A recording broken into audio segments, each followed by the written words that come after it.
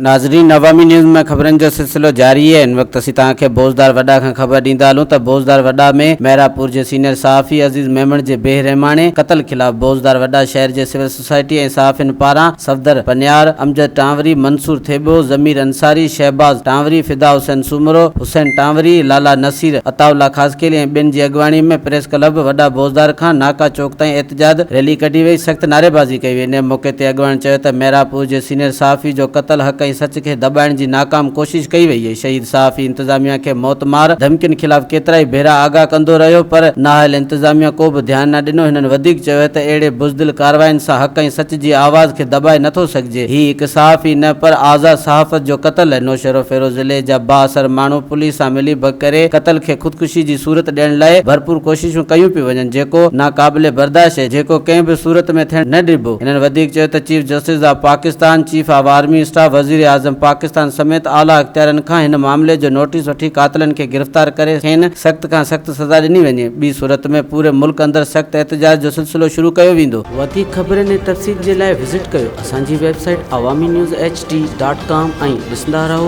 Awami news HD।